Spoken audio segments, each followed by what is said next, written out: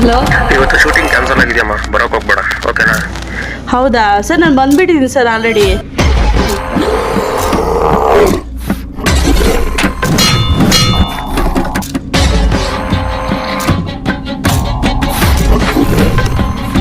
Shooting ಇವತ್ತೇ cancel ಆಗ್ಬೇಕಾ?